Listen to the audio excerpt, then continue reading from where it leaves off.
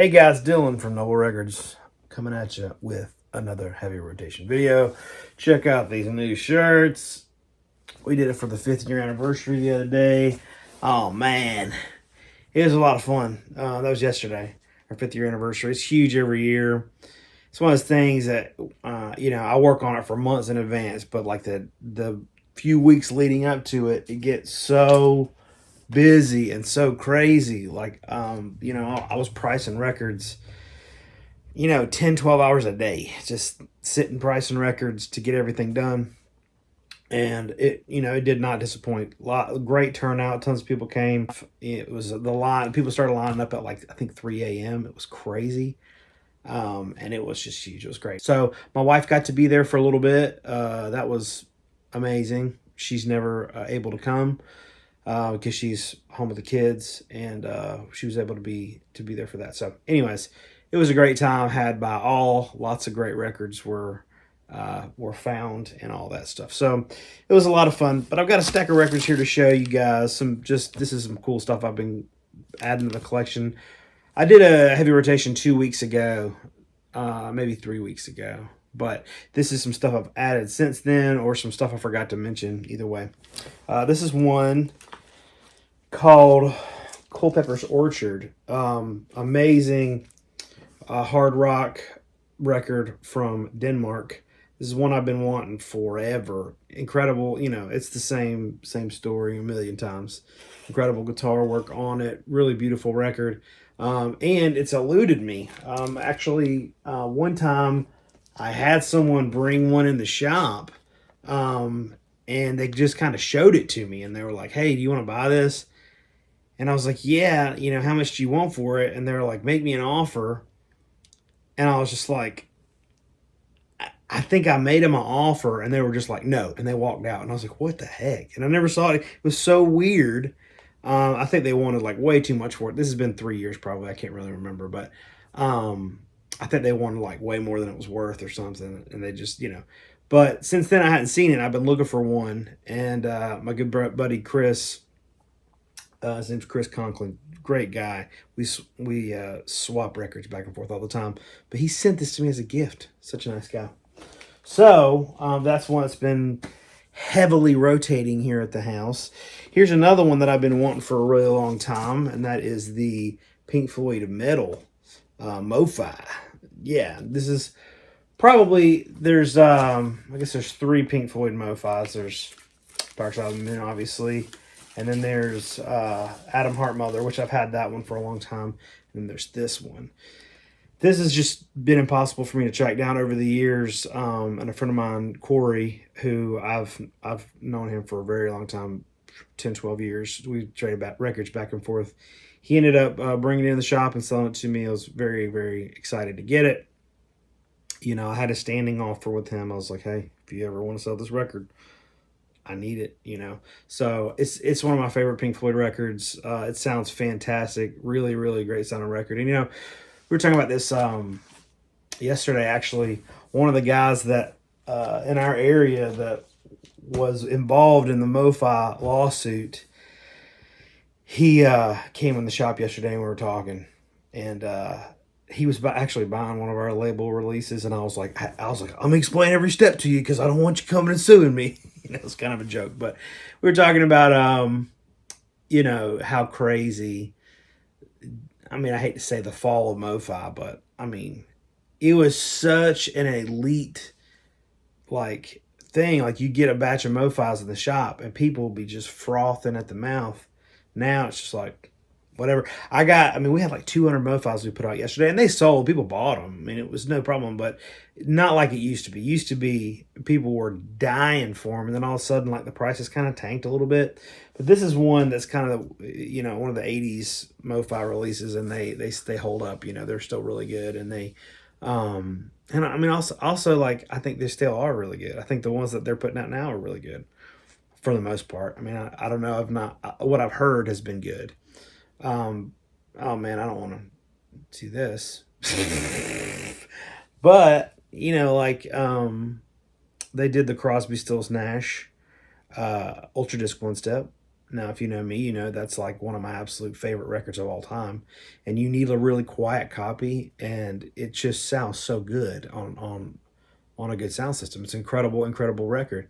And I got it and I liked it. I thought it sounded okay. You know, the Ultra Disc One Step. I was very excited to get it, and then I listened to it. I was like, it's pretty good. It's all right. And again, I'm not a huge like picky person either. But and then I got the Analog Productions, the Atlantic 75, um, you know, 45 RPM, about half the price, and smokes it. Just so much better. So one of those things. I don't know how I got into this, but we were talking about it. Like, I just think Analog Productions is doing really, really, really good, high quality stuff. Just babbling today. Just doing a little babbling.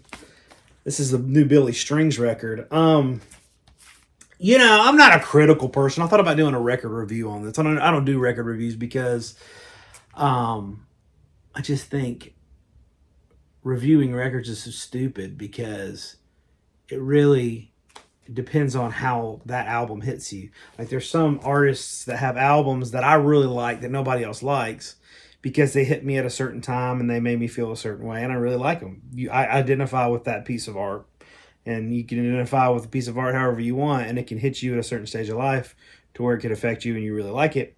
Other people could say, that sucks, and you're like, okay, whatever. Maybe it does suck, but it's so subjective. So that's why I don't like doing album reviews. I know people, you know, you got the Anthony Fantanos, people like that but that's what they're known for, is doing album reviews. But I just don't. It's not my thing, you know. But I love this record. I really liked it. I was a little bit. I didn't know if I was gonna like it. You know, I love Billy Strings. This is his, like, the one he did on his website. I've always loved Billy Strings, and I really, really like his live stuff is amazing. For me, that's like top of the mountain for me. Love it. And then he did, when he did Home, that album blew my mind. That was just like amazing. And then Renewal was like, okay, it's all right. It was good. It has some good songs on it, but it wasn't, to me, it wasn't as good as Home. It didn't hit me as well as Home did. I really liked some of the, you know, psychedelic goings on, like the psychedelic and bluegrass fusion. I think it hit me a little bit in that Grateful Dead vein. I really liked. So this one, I was like, I don't know. I mean, sometimes artists will get more mainstream and more mainstream until they bleed into everything else, and it's not special anymore. I feel like this one, he really kind of went back to the roots. It's a lot more of like a bluegrass record, and I really, really, really like this record. I was very pleased with it when I heard it. So that's my review of the new Billy Strings record. Okay, now to get back to the old stuff. Another one from my buddy Chris. This is Bill Stone. Oh, shoot. Oh, nuggets. I had an extra copy of this I was going to put out for my anniversary. I forgot until just now. But so a few years ago, somebody had a bunch of discs, like first pressing discs of this that didn't have covers. And they made covers. So the disc was a first pressing and the cover was a repro. And I have one of those. But I got this as an original, all around. And it's very nice. Been excited to get it. This is kind of like folky, acoustic, really beautiful stuff. And if you like that type of singer-songwriter stuff from the 70s, this is what that is. It's Bill Stone. Amazing, amazing stuff. And I think, if I'm not mistaken, I'm about 90% sure Psychedelic sent me a reissue of this years and years and years ago, and I loved it. And I always wanted an original, so shout out to Psychedelic. It's like psychedelic, but Derek, he's got a channel where he talks about psych. He's been on YouTube a lot longer than me. Really good fella. All right, here's another one I got from Chris. This one is Kravitz, I believe is how you pronounce it. I don't know how else you would pronounce it. It's a Vertigo, and this is one that I didn't didn't know anything about. He was getting it, and I was like, he said he didn't know if he would like it. He was buying some stuff from another collector, and this kind of came with it. And he's like, and he asked me if I wanted it, and I listened to it, and I'm like, whoa, yeah, I want it. This is great, great, great stuff. Fantastic Vertigo release. A little bit more on the proggy side, which is okay with me, but man, I really like this record. Pleasantly surprised. There's always stuff that is in my blind spot. You know what I mean? Great records that I miss. This is another one I've been after for a while. This one's Bermuda Triangle. It's just not like a super expensive record or anything. It's just been one that every time I try to get one, something happens and it slips through my fingers. This is another one that's kind of folky. But it's I think Discogs calls it psychedelic. It's not really. It's just kind of like a folk record. It looks like a heavy metal type of thing, but it's not. It's like folky. That's a cool one. It's another one, Pancake by Roxy Elephant. Another one, very cool, like prog type of record. This is the first press. Got it from this one and that one. I got from, if you know Gonolith, he's a guy. He like moderates my Whatnot shows, and he very good friend of mine. He's just kind of around a lot when he buys all my exclusives, and he puts a lot of pictures on Discogs and stuff and gets the entries just right. Good friend of mine, but he still ended up selling me a few things. This one was in there. It's Pancake. Cool record. Ooh, here's a very nice one. This one's Yezda Urfa, Sacred Baboon. So this is a cool it's a cool album. They I believe they recorded this in 1989. And so they had Boris. That was a massive underground success. You know, at the time it wasn't a success, but it was critically acclaimed, I guess you'd say. It's a cult classic of Boris, which we're reissuing, and it's amazing. It's really, really good. And I, talking to the guys from the band, I think they all like this record better than Boris. And I'm talking to the bass player. He's like, dude, you should just reissue Sacred Baboon. And for me, I'm like, there's just something that the first one has some charm to it that's just amazing. It's just got this feeling in it, you know what I mean? It's a killer record, and don't know what it is, but it just it's got magic in it, you know what I mean? And this one is also really, really, really good. I love this record, and this one's not that expensive. Probably because it came out in '89, and also probably because I don't know how many copies they made of this, but there's more of these floating around. I got this for $60. Okay, so in comparison to their first record, an original, that's going to run you $2,500 if it's clean. This one I got for $60 on Discogs, which is a good deal, but still, I've been looking for one, and yeah, you can get them. Just keep your eye out. If you like Yezda Urfa, this is a great record, and it's not that expensive. It's not a break the banker. You know what I mean? If you're in the right place at the right time. I've been looking for one for the past year. I want to get one at a reasonable price. I think there were people on Discogs wanting a couple $100 for one. See, here's the thing about me. Let me just tell you a little bit about me. I'm not scared to spend money on a record, obviously. You guys know that. But I will not overpay for a record. I will absolutely not. I have friends that I have people that will like send me texts or emails or messages on Instagram or whatever and say, hey, I got this record, you want to buy it? So like, let's say for instance, I don't know. Gosh, what's one of these records? Let's say this, Pink Floyd Metal. They say, so I don't know what the median on Discogs is, and it's like somewhere between $600 and $800. It's a really rare one. They'll say, hey, I'll sell you this record for $900 or $1,000. I'll say $1,000. Sure, someone's probably paid $1,000 for it, but I ain't going to pay $1,000 for it. You know what I mean? Like, it's not rather whether I can afford it or not. It's nothing like that. It's just that, man, I cannot pay more than a record is worth. And I really want to get it at a decent price to where if I had to, I could make my money back. You know what I mean? Like if something happened and I, lost everything, and I could sell some of these records and get my money back. It is, I do love the music so much or I wouldn't do it. But some of the stuff is kind of an investment for me. I mean, and that's kind of a long story, I guess. But what I'm trying to say is it has to be a decent deal. I'm not going to pay the 100% price. I'm just not going to do it. I can't bring myself to do it. And a lot of people, they want you to pay like the 120% price or whatever. Like when I wanted Farm so bad, I had people coming at me. This one guy came at me and he was trying to sell me one for $2,000. And I had another guy coming at me wanting to sell me one for $5,000. I was like, dude, I don't care how much I want it.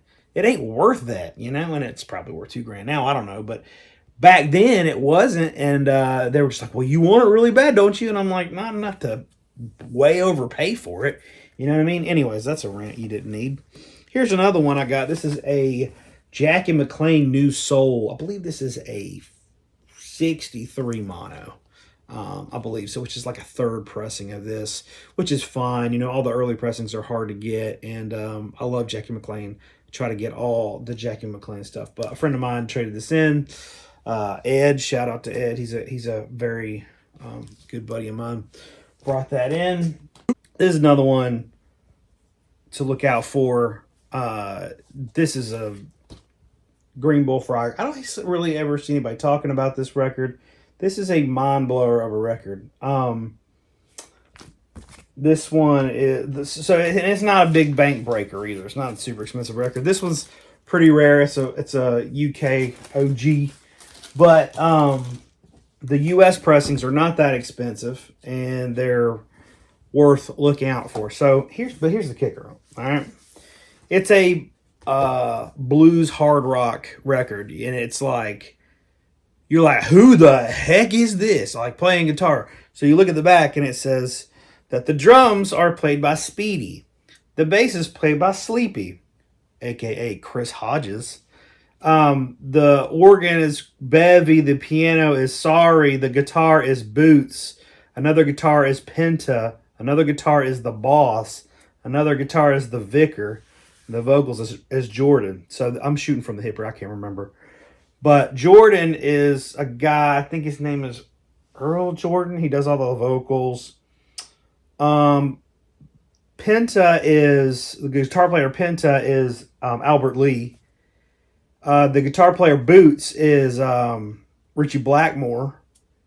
The guitar player The Boss, I'm trying to remember. Big Jim Sullivan is one of the guitar players. Anyways, I can't remember because they're all in code, but it's that's enough to wet your whistle, okay? It's a who's who all-star. Again, like if you're into Deep Purple and stuff like that, that's a really kind of cool piece of history from that era with those musicians. But I mean, as you can imagine, with Albert Lee and Richie Blackmore on the same album, it absolutely freaking rips. This is another one, the Allman Brothers Band. 2000. This came out in 2003. This is Hitting the Note. Still great era of Allman Brothers. You had Warren Haynes in there, which Warren Haynes that's kind of my era. You know, in 2003, I saw them on this tour, I believe. Because I saw him, I think I saw him in 2002. I can't remember, but I know I saw him in 2003. But my first concert, I was 14. I could have been 15. I can't remember.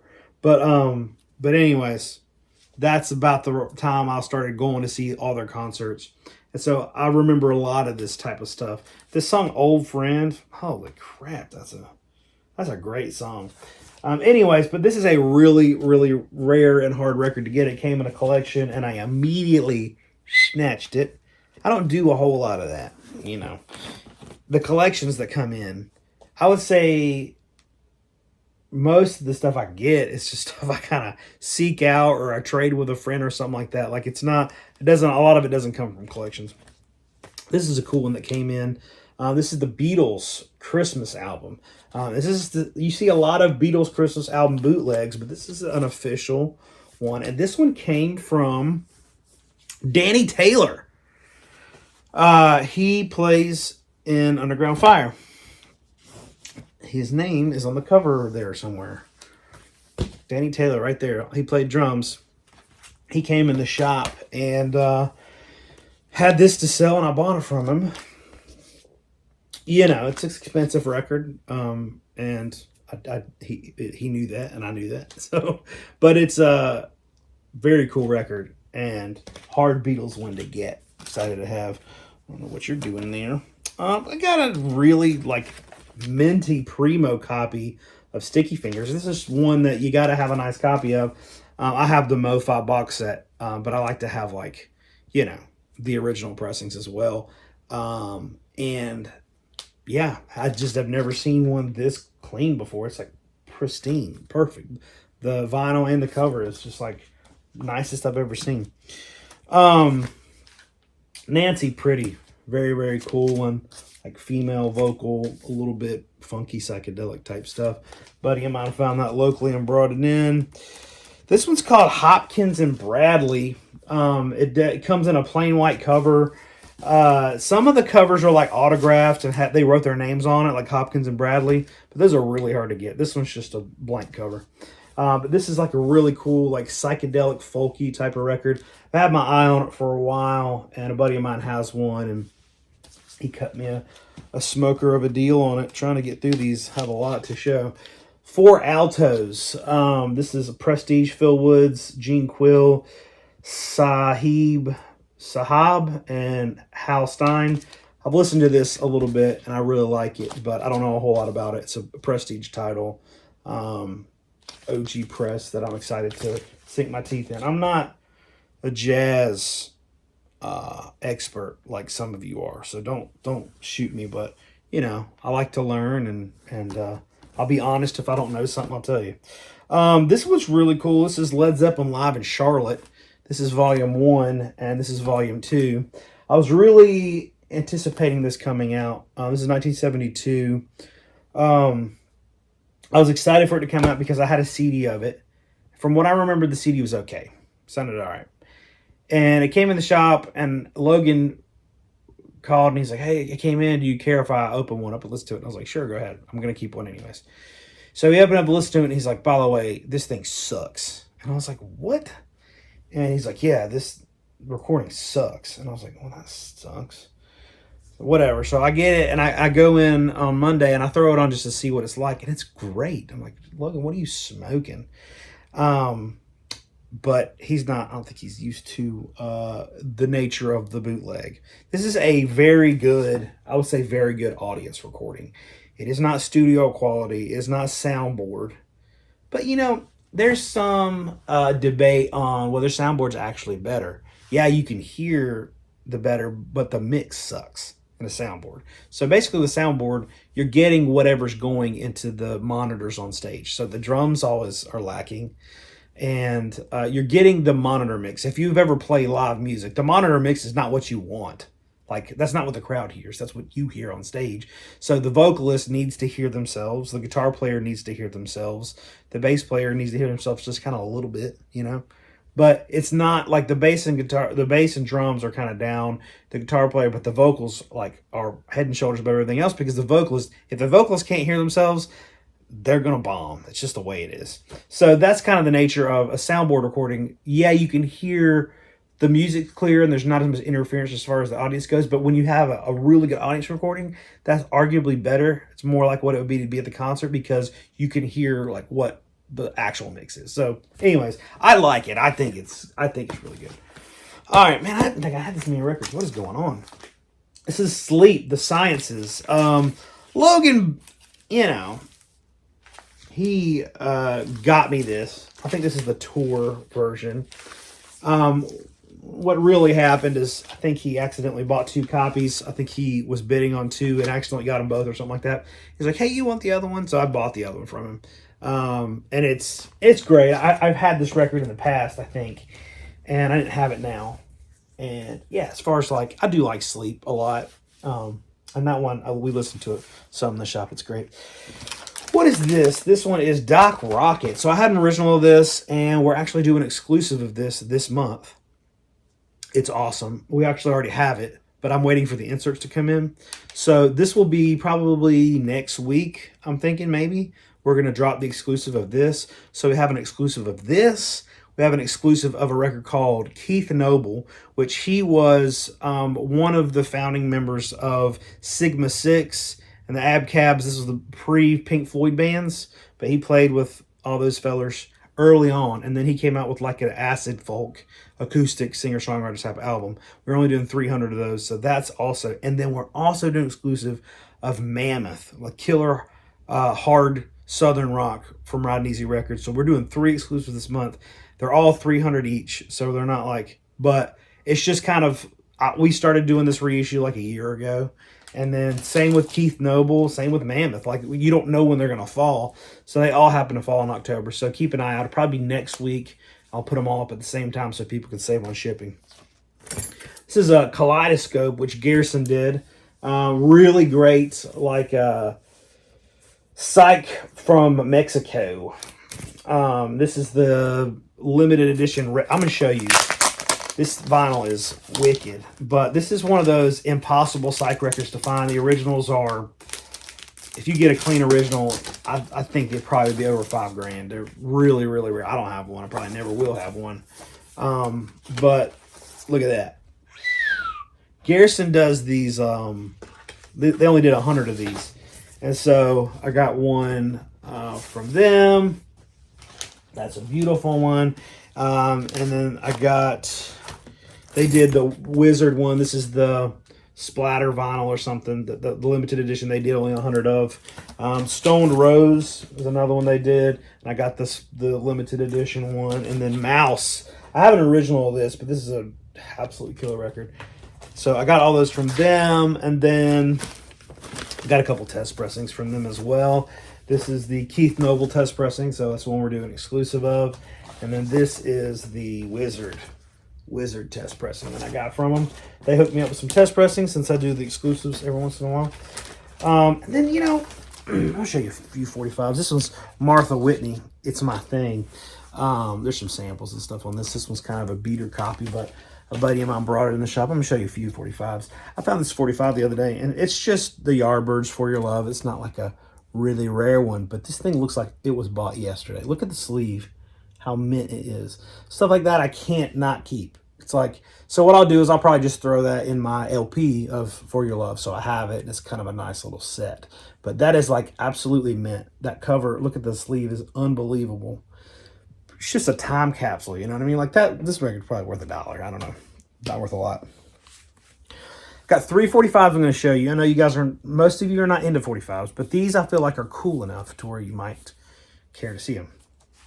This one is Christopher Cross, talking about her and It's All With You.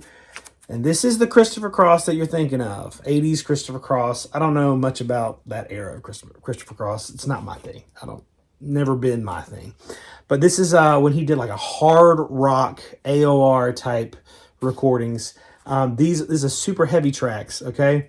And it features Eric Johnson on slide guitar. Very, very cool 45. Hard to get. This is another one, Erkin Koray. Erkinkoray. This is from Turkey. This is like psychedelic rock from Turkey. Really rare. There is, I can't remember who put it out. I want to say Light in the Attic, but I might be wrong. But somebody put out a compilation of his tracks. It's very worth finding. But it's Turkish psychedelic rock. It is cool. Very, very cool. Great guitar. All that. And last one I'll show today. I've got tons, man. This one is Redwood. And it's Give the Indian his land back and Rock of Ages. And this did come with a picture sleeve. It just got shredding on guitar, but this one is like real fuzzy guitar, heavy, very, very, very cool. 45 worth tracking down. So anyways, I feel like that's enough records for y'all this week. Hope you're doing good. I'm gonna try to pick up and make some more videos this week. Now that our anniversary sale's over, I got a little bit more time. But anyways, thank y'all for tuning in. We'll see you next time.